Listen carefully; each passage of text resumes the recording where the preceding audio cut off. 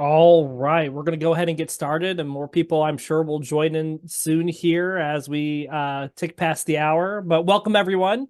My name is Corey Lubring, and I am the PBRN coordinator at DO-Touch.NET. Thank you for joining us for this month's episode of Let's Talk About OMM Research. Before we begin, let's take a moment for the housekeeping rules of the webinar. First, please feel free to introduce yourself in the chat and tell us where you are from. We also invite everyone to turn on their cameras so we can be united as an OMM research community. Second, if you have any technical issues during the webinar, please put a message in the chat. Third, if you have any questions or comments during the presentation, please feel free to type them into the chat and address each other's questions and comments there as well. Also, we will have time for discussion and questions at the end of the presentation. And lastly, please keep in mind that this webinar is being recorded and will be placed on the public DO-Touch.NET YouTube channel. And today is our Let's Talk About OMM Research educational webinar entitled Science on Palpation in Osteopathic Manipulative Medicine, the Latest Evidence with Dr. Brian Degenhardt, who needs no further introduction to us, as familiar as we all are with him. So please help us welcome Dr. Degenhardt. You are muted. Thank you, Corey. I was trying to make sure I'm sharing the right screen, so let's make sure. All right, and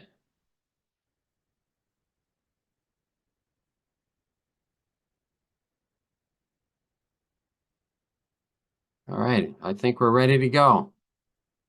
All right, well, it's a pleasure to be with you all today, and I think this is actually the first opportunity that I've had since this program started to present in this manner. So it's an honor to be here with you and to share with you our experiences within the Center for OMM Research within the A.T. Still Research Institute, our process and progress of science within the palpation associated with osteopathic manipulative medicine. I have no financial conflicts of interest to report. Instead, I want to focus on our objectives today. And so first, I will begin with a brief overview of historical perspectives regarding science, somatic dysfunction, and patient care, with the goal of making this really personal perspectives from a clinician's point of view. We will look then at the latest research on OMM clinical skills, primarily in regards to palpatory diagnostic approaches.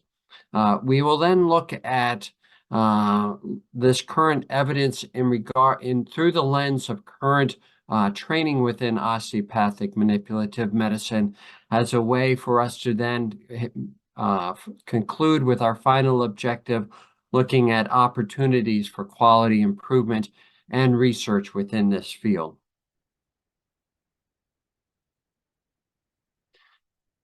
Okay, so we'll start with our brief historical perspectives. And for those who have seen some of these presentations before, you'll be familiar with this slide because I think for me, it's really important for us to stay grounded on the whole purpose of why we do research within this field. And it's really in this very simple definition of the scientific method that Sir Francis Bacon wrote or published over 400 years ago now. And from my perspective, really encapsulates what we should keep in the forefront of our clinical practice. And so science is the organized search of natural phenomenon that continually moves progressively, carefully, and along progressive stages until a level of certainty is reached. Now, I would like to, before we look at this definition in regards to manipulative medicine, I want to make sure that we've defined that appropriately. And so we can look at the definition that the Foundations of Osteopathic Medicine has given us in regards to OMM. And they define it as the therapeutic application of manually guided forces by a physician to improve physiologic function and to support homeostasis that has been altered by somatic dysfunction. Overall, from my perspective, I think it's a reasonable but somewhat limiting definition. And so I offer an additional definition, which is that osteopath manipulative medicine is a form of medicine where manually applied forces onto a body by osteopathically trained clinicians are used to identify patient-specific diagnoses and direct manually applied forces. Also, we use the term techniques to achieve therapeutic outcomes. And I think this is important because as we go into this following definition, where we look at the term manual therapy, here we see in the Oxford Dictionary that is a treatment intended to relieve or heal a disorder. In a more complete definition that was published in 2015, manual therapy is defined as a passive skilled movement applied by clinicians that directly or indirectly targets a variety of anatomical structures or systems which utilize with the intent to create beneficial changes in some aspect of the patient's pain experience. So from my perspective, when we're looking at the term manual therapy, while there is overlap in regards to osteopathic manipulative medicine, it is really limiting in looking at a treatment, a procedure that is being performed without really a defined understanding of what the potential benefits that occur within that person. In this situation, just saying beneficial changes in some aspect of patient pain experience. Now, in the early 2000s, NCAM, and now the National Center for Complementary and Integrative Health, established manual therapy as the overarching category for any healthcare system where practitioners directly or secondarily apply forces onto a body for intended therapeutic purposes. So we are underneath this banner of manual therapy. But when we go and we look back at that definition of osteopathic medicine, it is clearly much more in regards to how we look at the forces we apply onto the body to be able to identify patient-specific diagnoses or characteristics that allow us to choose and apply specific manual techniques to achieve specifically defined therapeutic outcomes. And so when we look at applying science within osteopathic manual medicine, it is a whole different category in my mind, looking at it through the lens of the DO versus somebody who does manual therapy based off of those definitions. So let's take the definition of science, the scientific method that Francis Bacon gave us, and make it more personal from an osteopathic clinician's perspective. So science is an organized search, and we use that through examination. That may be historical through our getting history or through the physical examination, but that's our organized search. Other people call that research. But we often don't think about what we're doing clinically as actually being research. But it is the research, the scientific process occurring by one person for one person. It's the most narrow scope of research, but it is still an organized search of natural phenomenon. When we're talking about natural phenomenon in the osteopathic world, in the manipulative medicine world, we're specifically honing in on somatic dysfunction that continually moves carefully along progressive stages. And I would say this is one issue that I think historically we've not done very well as an osteopathic manipulative medicine community. In research, we're looking at studies that just kind of go from point A to point Z and answers all the questions and prove everything regarding, the validity of the osteopathic approach. And that is not the scientific method at all. It is moving carefully along progressive stages until a level of certainty is reached. And so level of certainty is very different from proving that something is true. And I can say as a clinician and in your personal experience, one of the challenges through the educational process is getting a level of certainty, having the confidence that what you're doing is having a therapeutic benefit. Now, within science, that level of certainty has some very specific implications. And so in the back of Francis Bacon's mind is that the scientific process basically allows you to be able to predict that you have identified a particular condition and that without treatment, that condition will continue or worsen. But within interventions that have been scientifically evaluated, such as with OMT, that with OMT, your symptoms will improve or resolve. Every single patient that we see has this expectation from us. The question is, how well have we been able to deliver the science to say that we have met those goals? Now, here's one of our fellows a couple years ago who had a case where she saw a patient and found this, and I'm really not sure what to do about it, and went to one of our faculty members who began describing the approach that he would take in providing care for that particular patient. I would say that that is a very common educational process that occurs within our field.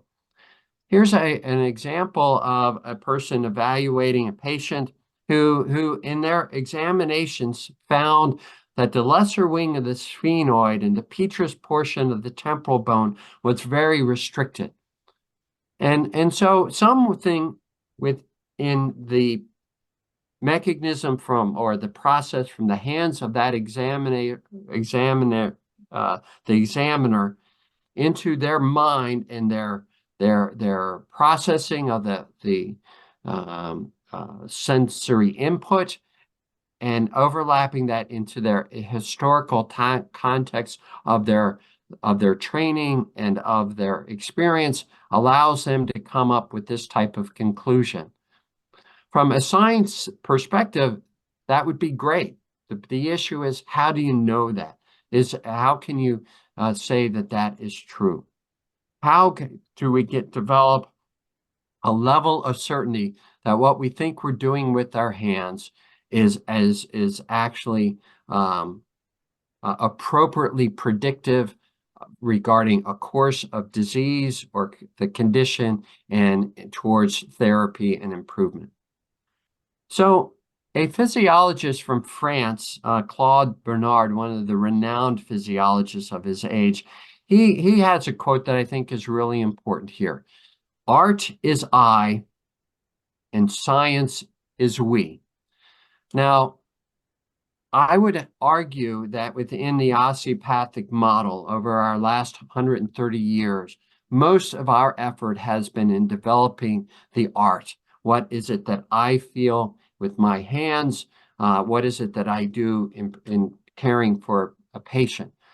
But when we talk about the scientific method and trying to advance our field, it means that we're talking about that we need to be able to demonstrate consistent findings, outcomes with what we do in order to advance this field. Science is we, and that is why one of the reasons why DO-Touch.NET has come into existence. So let's talk about the identification or the organized search, the scientific method approach for finding somatic dysfunction. Are there current imaging that is available? Certainly, I am not aware of X-ray or MRI approaches. Here's even a scan that you get when you go through the TSA at the airport, showing way more than I thought it did in regards to the body structure. None of these things really have the capability of identifying somatic dysfunction. There are some indications that fMRI may be able to provide some insights, although unfortunately it is extremely limited for access at this time. In the experimental world, there's MR elastography, which I think within the upcoming 10 years will give us some very concrete objective measures of what we palpate as somatic dysfunction. But right now, current imaging does not help us to identify somatic dysfunction. Now, other things within the medical, scientific, biomedical world is looking at biomarkers. So, and we know we use biomarkers all the time within medicine. There are diagnostic biomarkers, monitoring biomarkers to look at progression of change over time, looking at responses to interventions. Predictive biomarkers. Is there something, a biomarker that says, yes, because of this change in this biomarker, we can predict that you're going to have a good outcome? Or are there factors that say, you know, we're showing signs that this may or may not be safe? And then looking at, you know, are there certain risks for what certain interventions that a biomarker might show? All of these biomarkers certainly exist when it comes to osteopathic manipulative medicine, but all of those are based off of what we experience with our hands, with our palpatory skills. And so how we use those biomarkers, and these are our biomarkers where we evaluate asymmetry, typically of bony landmarks, where we look at range of motion. Typically, that's going to be comparing movements from one side, one joint to another to determine kind of what is specifically normal for a person versus abnormal for a person. So restricted range of motion, identifying the somatic dysfunction. Looking at tissue texture abnormalities, you know, how stiff one side may be to another area, the characteristics of fibrosis or swelling, and tenderness are localizing pain to those particular areas. These are our biomarkers for evaluating somatic dysfunction. Do they meet criteria for science for them to be appropriately used within the scientific method? And that's what we want to look at today as we now head into our second objective, looking at the latest research on OMM clinical skills. Before we do that, I just want to see, are there any questions that anybody would like to ask at this time? Anything might have come up on the chat that I need to address before we move on? Okay, so feel free to raise a hand or to type something in the chat if a question comes up. So let's take a look at the research in regards to looking at OMM clinical skills. So when we look at an evaluation of the literature to evaluate whether our observations, our use of our palpatory biomarkers are valid, whether they're accurate and reliable, there have been numerous studies that have been published, and our most recent one that I could find was in 2017. And I can say that the outcomes for all of these studies remain very consistent. And I'm going to summarize what was reported by the 2017 article. And so what's found and consistently found over the last 2 decades is that when people provide using their hands and examining the body, that their intra-examiner reliability is consistently higher than their inter-examiner reliability as a general rule. But looking more closely at that, few studies actually have reported acceptable intra-examiner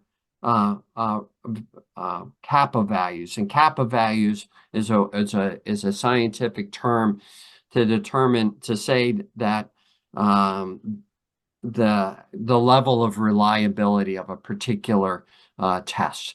And in the field of manipulative medicine, a kappa value of 0.4 or better is considered reasonable. Certainly our hope is that they would be at least 0.6 or better. If you have a kappa value of 0, that means it's purely random, the findings that you're getting. What we have found is when we look across the studies that there's very heterogeneous outcomes. Some have shown no to slight reliabilities, and others have shown, sometimes where it's been almost perfect, very good levels. The challenge that we have as a profession is that these issues of determining accuracy and reliability is based off of the instruments being developed within the community, and each of us are our own instrument. And so we might show that we have a group of people that have almost perfect skills in doing a particular form of test. The issue is we have to be able to demonstrate that across our population, and we've not been able to do that. So the recommendations from that study was for the profession to explore ways to make these assessments more reliable and examine the validity of testing such as landmark asymmetry, to use proper study designs, consensus training, and standardizing procedures such as the developing of models that could be used to help determine the effect of using the models and improving the reliability of palpatory tests. And I can say that these are the recommendations. The recommendations I just became familiar with recently are consistent with the work that we're doing within our center, within the A.T. Still Research Institute. Because at this point in time, most of what we are doing with our hands is kind of a flip of a coin. If at best we are performing pseudoscience, certainly much more of an art form than of a scientific approach. And so it's either heads and sacrum, depending upon what the coin is that you're flipping. Dr. Degenhardt, I don't mean to interrupt, but we have a question from Dr. Brooks. Okay. In the summarizing paper in 2017 you just referenced, when they were referring to reliability and validity, which one of the TART phenomena were they referring to? 1, 2, 3, or all 4 of them? Yeah, most of the studies that they looked at had to deal with landmark asymmetry. The number of studies that were in the other areas were not focused on as much with this particular review.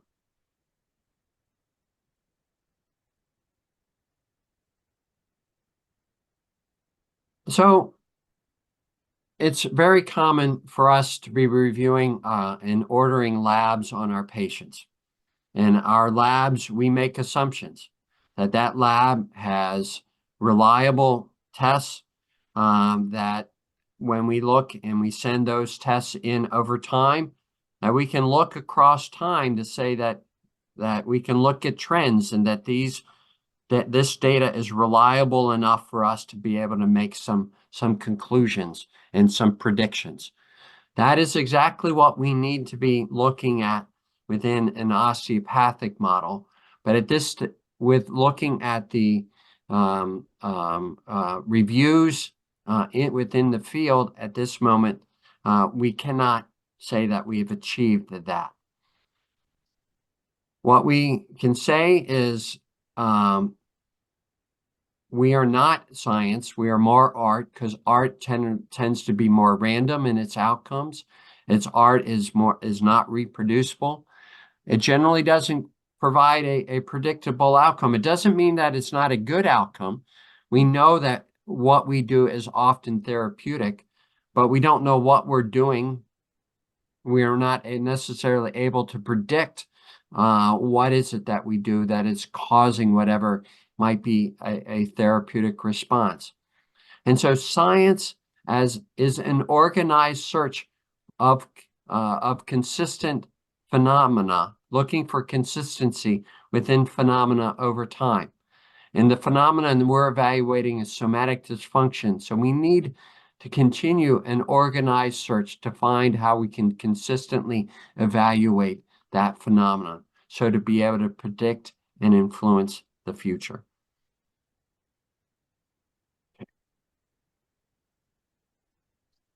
So when we look at the palpation process, probably the broadest definition, using the term somatic sensibility, also known as somesthesis, or more commonly used now haptics, refers to the primary qualities of contact or pressure touch in further evaluating form, texture, vibration, and so forth. All things that we know we inherently are using when we're examining our patient. And currently, the current scope of research in haptics is huge. We can look at these various areas where research is being done in the field of haptics, and you don't see medicine, don't see manual medicine on this list whatsoever, while all of these other places are rapidly expanding research in this field. So we need to engage this level of research. These are the various companies that are developing haptic technologies. And so once again, we are not isolated. We are really behind the times in doing our research in haptics, and we need to engage within this general scientific community. In fact, haptic perception, the first research done in that, predated Dr. Still.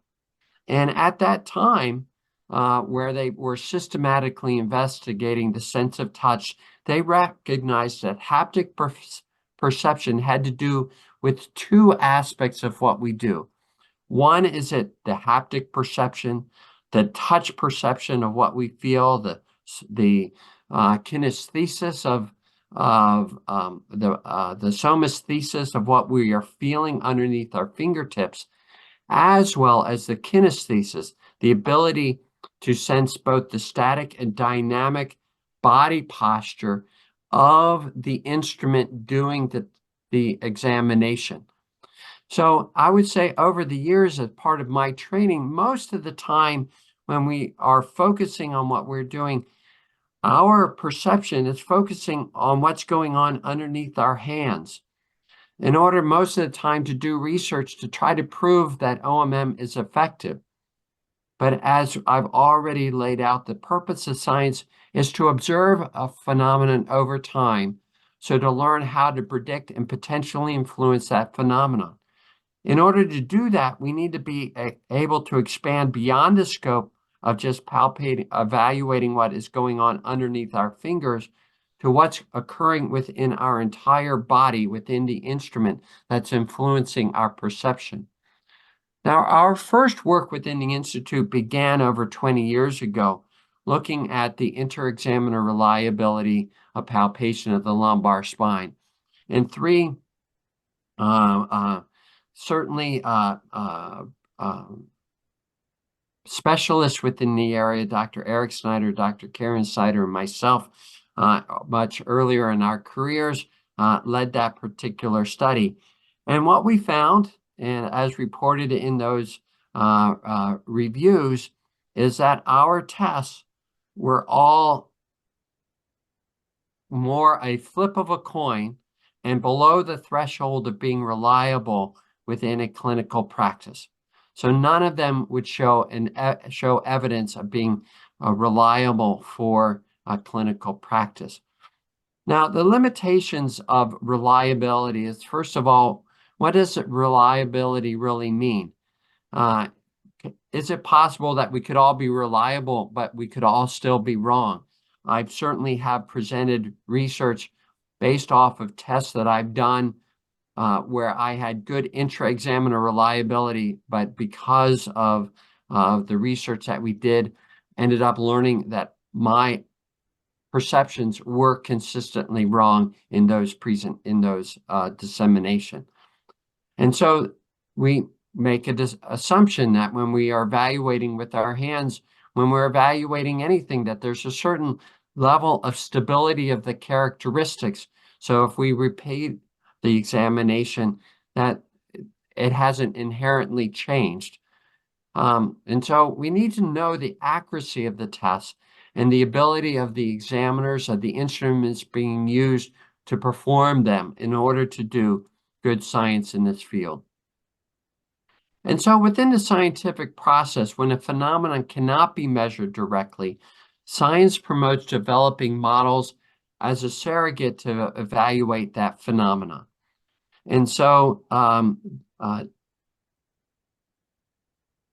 what we have done is develop models or simulations, and simulations are now across all medical schools in developing skills for doing surgery, for doing central lines, for doing chest tubes, for intubating, for delivering children, babies, and are also being developed for evaluating objective parameters for some that are related to somatic dysfunction.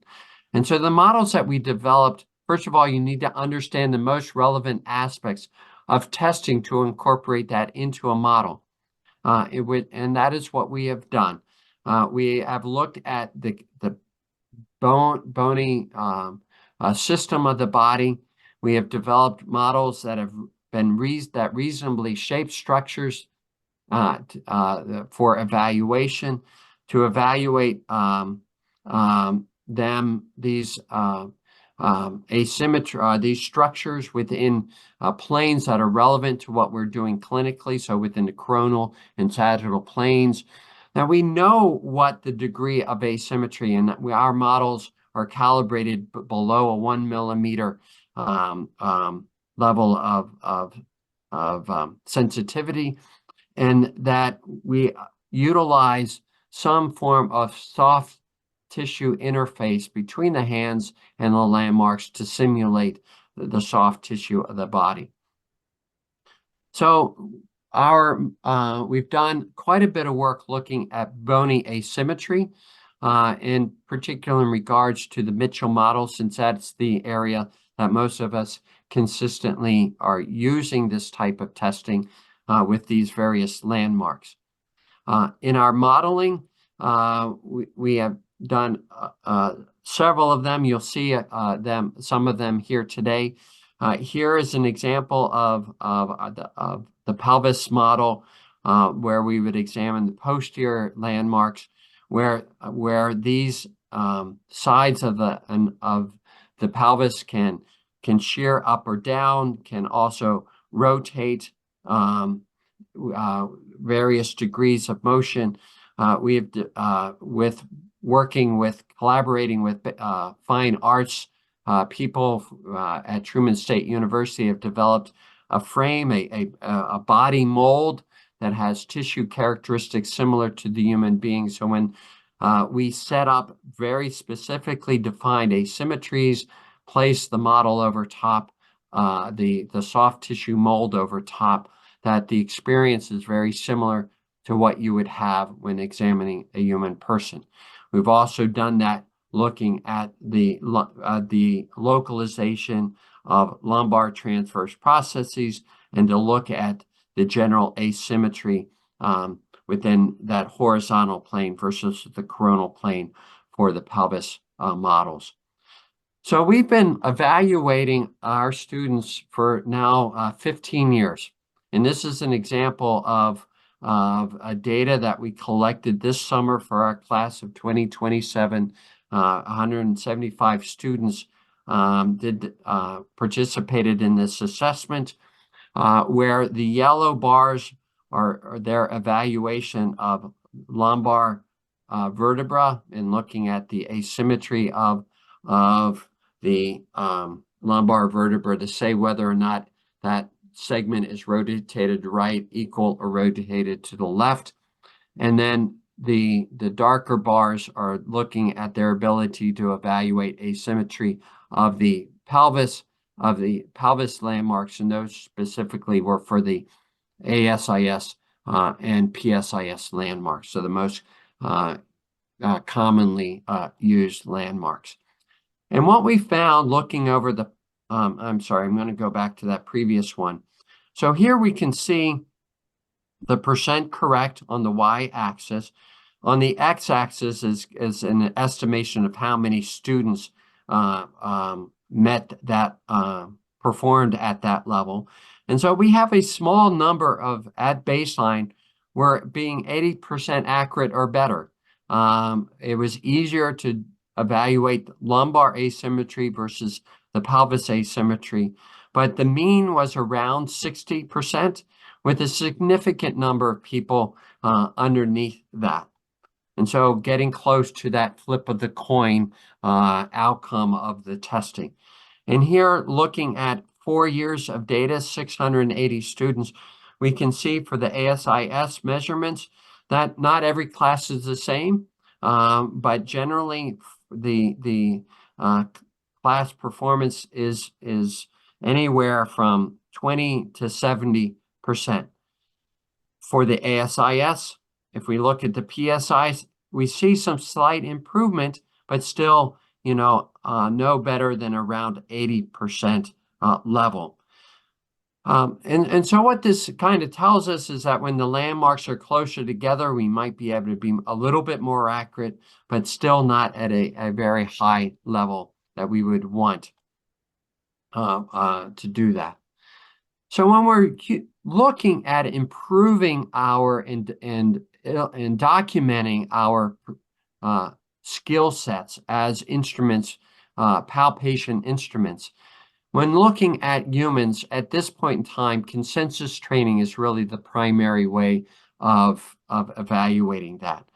And so in our early work, consensus training between the Snyders and myself involved, first of all, discussion and agreement on the performance of how the examination was to be performed, and then evaluating on specific patient subjects, first doing a blinded evaluation of the test by each examiner, and then going back and then comparing our findings at the same time to come up with an agreement that, yes, we do believe that left PSIS is inferior compared to the right, as for an example.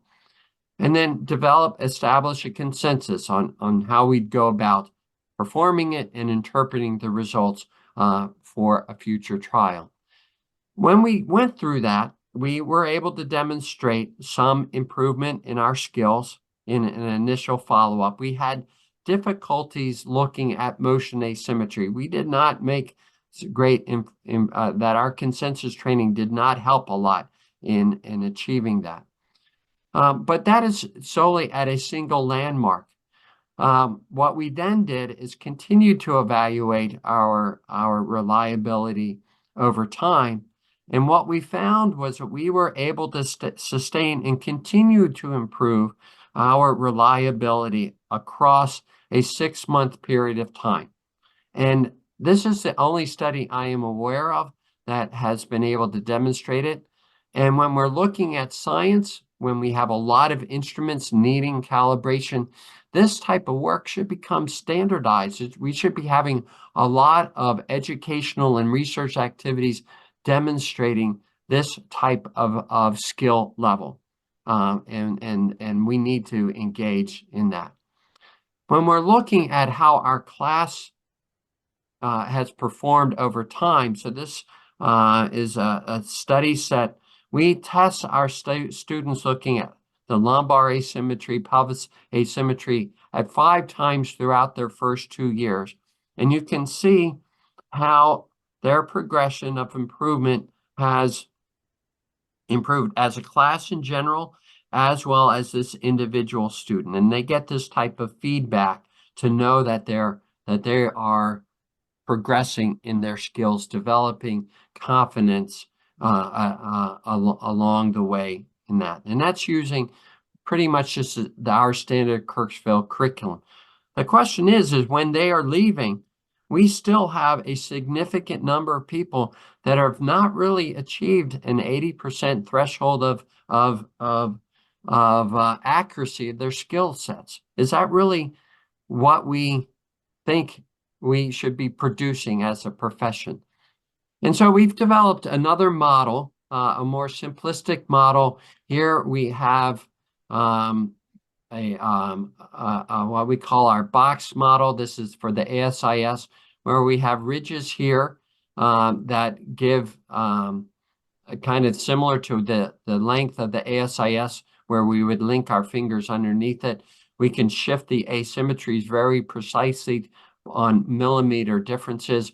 We have 6 different asymmetries on per model, and we cover it with a soft tissue-like material in order for us to evaluate the performance of the test. And what we've done that for the PSIS here as well. And so we've been able to evaluate the testing model much more precisely. And so we've looked at whether or how much influence does standing at the side of the table, being at the foot of the table, have in regards to the accuracy of the examination. And so here, looking at the ASIS model versus the PSIS model, we can see from the side of the table that we have greater difficulty looking at landmarks that are farther apart versus those closer together. ASIS being farther apart versus PSIS, which are closer together. We can see that closer together, we have consistently better performance. At 6 to 8 millimeters, we should have pretty good confidence that we are seeing that accurately. With ASISs, that's a whole different story perspective. When we now look at it from comparing from the side of the table, from the foot of the table, we can see that the performance is much, much better when we are standing at the foot of the table versus the side of the table for the PSIS, as well as for the ASIS. But still, with the ASIS, we are still having difficulties having good accuracy, even at the foot of the table. And so from this data, we can say that 6 millimeters of asymmetry and approaching at 4 millimeters asymmetry. If we're seeing asymmetry at that level, we should have a good amount of confidence from the foot of the table that we're seeing it correctly. But we can't, generally, we're not evaluating, and we can't evaluate the pelvis from the foot of the table. It would be very awkward. And so we got to find ways of how we improve our ability to do this testing from the side of the table. And what we did is, so we then looked at training. And here we had them train with objective feedback models, 1 hour a day for 5 consecutive days. And here we can see, looking at the gold bars, significant improvement within 5 hours of training, 1 hour day a week, all the way down to the 4 millimeters of asymmetry for both ASIS and PSIS asymmetries. So significant improvement. We decided to continue that for another week, And we basically saw that 5 more hours of this level of intense training did not really make an improvement in performance, that we actually are seeing a threshold of behavior here for the 8, 6, and 4, a ceiling effect perhaps, but still maybe some potential improvement in those smaller asymmetries with some further refinement. We then also evaluated a week after without any training. We basically saw that they were sustaining those skill sets after a week of work. And so when we look at body position, it's really important in how we can interpret that data. And here are some examples of our students doing the testing at baseline. And we can see some very unique body postures and performing them.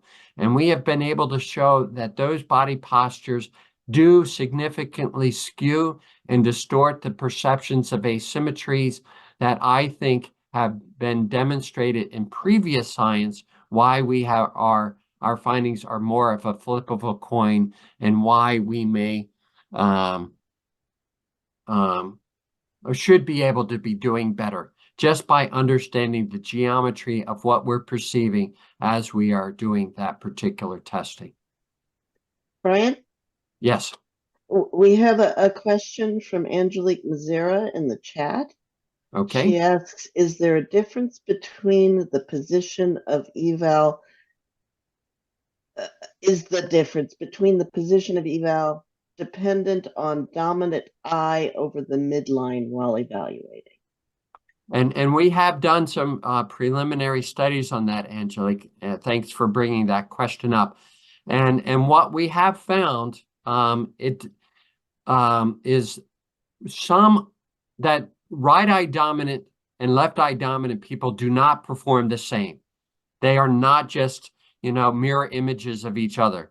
The way they perform, left eye dominant people perform differently than right eye dominant people. And we don't completely understand why that is, but some of the skewing that occurs in left eye dominant people do not occur in right eye dominant people. I think I flipped that around. But right eye dominant people have a different set of skewing that does not exist in left eye dominant people.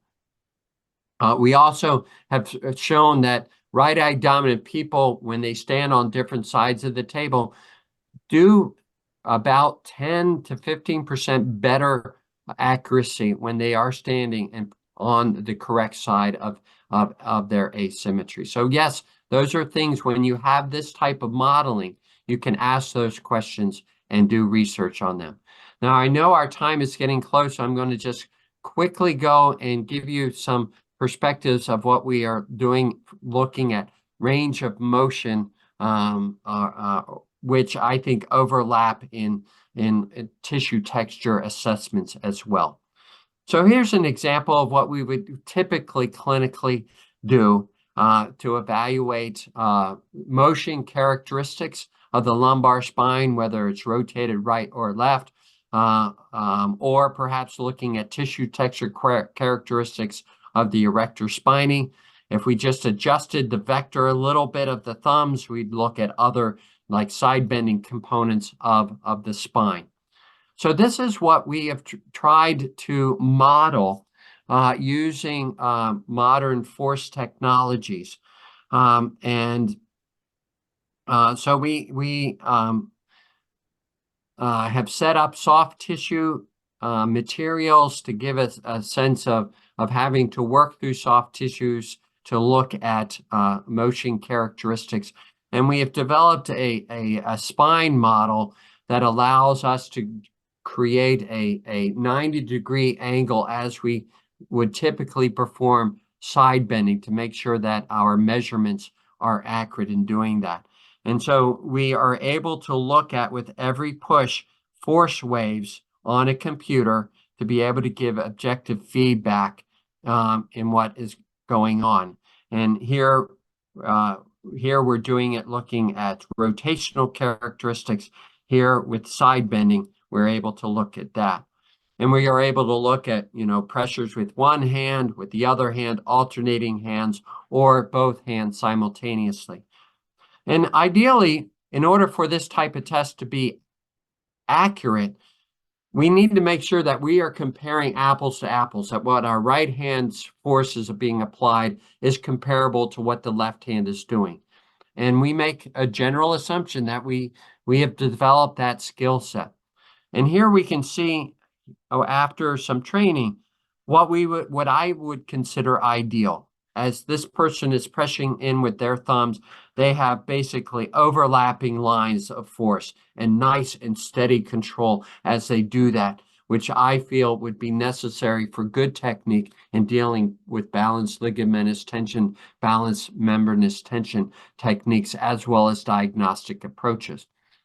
But what we have found is that when we've evaluated this, and we have now evaluated 2 classes as well as people around the world who've come to Kirksville for training, often 30% difference between one hand versus the other hand in the amount of forces that they apply, and are generally completely unaware of that level of variability between their hands. And that also occurs when it's being done at a different vector with side bending. With training, we've developed various modules to help using objective feedback. We've been able to show significant reduction in the amount of variability between the hands. So going from 30% down to under 20 cent, approaching 15% for both the side bending and rotation side. And if you have 15% variability, and you typically know that the right hand tends to be heavier, then you can actually consciously make some decisions on how you perform the technique in order to improve the likelihood that what you are feeling is actually correct, based off of even an imbalance in your performance, by, once again, altering the amount of forces consciously being used between the right and left hand. And we can see with ongoing training, as we showed, which we didn't show with the asymmetry, still some continued improvement. And this is with about a half an hour of training, 2 to 3 times a week, or once a week over a 2-month period of time. We've been able to show this level of change in that skill set. We now are able to quantify their feedback, and after they do the various tasks, they get coded that for this particular task, looking at rotation, alternating rotation at medium level forces, they are going within a 10% threshold of variability, which we think is a reasonable goal for us. But when they were doing rotation at unilateral, just kind of pushing down at lower forces, at light forces, that there was a lot of variability there and needed more work in order to fine tune and to calibrate their hands. All right. So I think based off of this, I'm going to not cover our last 2 objectives, because they're really might come up in our discussion of what does this level of science mean to us as clinicians, as educators, in getting the next generation of DOs to perform skills and science at a level beyond what we have been able to do. So I think with that, I would like just to open up a time for us to discuss what you heard and clarify any questions you might have.